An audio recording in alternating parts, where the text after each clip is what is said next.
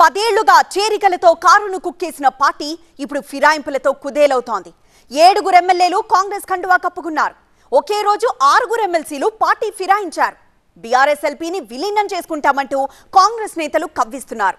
దీంతో out going ని cut చేసేందుకు వరుస సమావేశాలు మొదలుపెట్టారు BRS boss. Congress next target ఎవరు? కేసీఆర్ తో చివరిదాకా నడిచేదెవరు? లైన్లో ఉన్న ఎమ్మెల్యేలెవరు?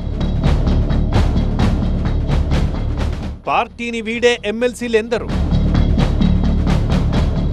కౌంటర్ స్ట్రాటజీతో కేసీఆర్. వెళ్లాలనుకున్న వాళ్ళు ఆగేలా లేరు. ఎలాగూ వెళ్లిపోతారులే అని ఆపే ప్రయత్నం చేయకుండా ఉండలేరు. అధికారం కోల్పోయిన బీఆర్ఎస్ పార్టీలో ఇప్పుడు ఇదే జరుగుతోంది. అంతా ప్రచారమే అంటూ ఖండించిన వారు కూడా కండువాలు మార్చారు. కొందరు అనూహ్యంగా కాంగ్రెస్లో చేరి బీఆర్ఎస్ అధిష్టానానికి షాక్ ఇస్తున్నారు. ఇంకొందరు వెళ్లిపోవడమైతే ఖాయమే అన్నట్లున్నాయి సంకేతాలు. కానీ బీఆర్ఎస్ ఎల్పీని విలీనం చేసుకోవాలనే కాంగ్రెస్ ఎత్తుగడ ఫలించకుండా చూసే ప్రయత్నాల్లో ఉన్నారు గులాబీ బాస్. పార్టీ మారే ఎమ్మెల్యేలపై అప్రమత్తంగా ఉండాలని పార్టీ నేతలకు సూచించారు. కాంగ్రెస్ చెబుతున్నట్లు లెజిస్లేటివ్ పార్టీని కాంగ్రెస్లో విలీనం చేసుకోవాలంటే మరో 20 మంది బీఆర్ఎస్ ఎమ్మెల్యేల్ని చేర్చుకోవాల్సి ఉంటుంది. గద్వాల ఎమ్మెల్యే కృష్ణమోహన్ రెడ్డితో కలిపి ఇప్పటికీ 7 కాంగ్రెస్లో చేరిపోయారు. ఎమ్మెల్యేల్ని కాపాడుకోవడం సవాలుగా మారిన బీఆర్ఎస్కి మరోవైపు కౌన్సిల్లో కూడా షాక్ తగులుతోంది. ఒక్కరోజే 6 ఎమ్మెల్సీలు కాంగ్రెస్ కండువా కప్పుకున్నారు. అంతకుముందే మరో 2 పార్టీ మారిపోయారు. పార్టీకి 29 మంది ఎమ్మెల్సీలున్న శాసనమండలిలో ఇప్పుడు బీఆర్ఎస్ బలం 21కి తగ్గిపోయింది. కౌన్సిల్లో కూడా మరో 10 మంది కాంగ్రెస్లో చేరితే బీఆర్ఎస్ ఎల్పీని విలీనం చేసుకునే అవకాశం ఉంటుంది.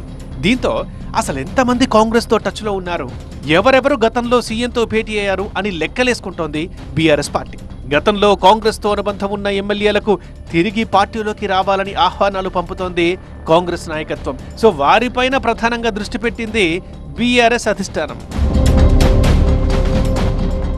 గతంలో రేవంత్ రెడ్డితో పనిచేసిన వారు, ఆయనతో సాన్నిహిత్యం ఉన్న ఎమ్మెల్యేలు పార్టీ మారే అవకాశం ఎక్కువగా ఉందని బీఆర్ఎస్ నాయకత్వం అంచనా వేస్తోంది.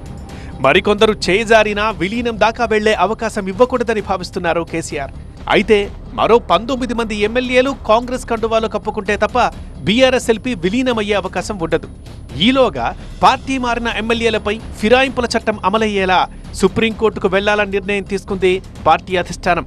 దీంతో పాటు ప్రభుత్వంపై అనేక అంశాల్లో ప్రజా వ్యతిరేకత కనిపిస్తోందని బీఆర్ఎస్ భావిస్తోంది. దీంతో ప్రభుత్వం మీద పెన్షన్లు, రైతు భరోసా, వడ్లకు బోనస్ లాంటి అంశాలపై ఒత్తిడి తెస్తే పార్టీ నుంచి చేరికలు ఆగిపోతాయని ఆలోచిస్తున్నారు. కాంగ్రెస్ ఎంత ప్రయత్నం చేసినా విలీనానికి అవసరమైన మ్యాజిక్ ఫిగర్ చేరుకోలేదని భావిస్తున్నారట బీఆర్ఎస్ బాస్. ఎందుకంటే కేసీఆర్ కుటుంబంలోనే 3 ఎమ్మెల్యేలున్నారు. కేసీఆర్, కేటీఆర్, హరీష్ రావు. వీళ్లతో పాటు వీళ్లతో మొదటి నుంచి వెంట నడిచిన పద్మారావు, ప్రశాంత్ రెడ్డి లాంటి నేతలున్నారు. పార్టీలోనే కమిటెడ్గా కొనసాగాలని భావిస్తున్న ఎమ్మెల్యేలు ఇంకొందరున్నారు. ఎన్ని ఒత్తిళ్లు, ప్రలోభాలు వచ్చినా 15 నుంచి 18 మంది ఎమ్మెల్యేలు ఎట్టి పరిస్థితుల్లోనూ పార్టీని వీడే అవకాశం లేదని భావిస్తోందట బీఆర్ఎస్ అగ్రనాయకత్వం. ఇంతమంది బీఆర్ఎస్తోనే ఉంటే ఎల్పీని కాంగ్రెస్లో విలీనం చేసుకోవడం అసాధ్యం. దీంతో వచ్చే ఎన్నికల దాకా పార్టీ మారిన ఎమ్మెల్యేలు అనైతికంగానే కొనసాగాల్సి వస్తుంది. దీనిపై మరోవైపు కోర్టులో కేసులు, స్పీకర్కి ఫిర్యాదులు కొనసాగుతూనే ఉంటాయి. ఇక ఇదే వ్యూహంతో ముందుకెళ్లాలి అనేది కేసీఆర్ తాజా ఆలోచన.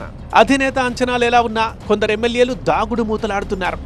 పార్టీ సీరియస్ గా తీసుకున్న జీహెచ్ఎంసీ సమావేశానికి సబితా ఇంద్రారెడ్డితో పాటు 3 ఎమ్మెల్యేలు డుమ్మా కొట్టారు. దీంతో పార్టీ ఎమ్మెల్యేల కదలికలపై ఓ కన్నేసుంచింది బీఆర్ఎస్ అధిష్టానం.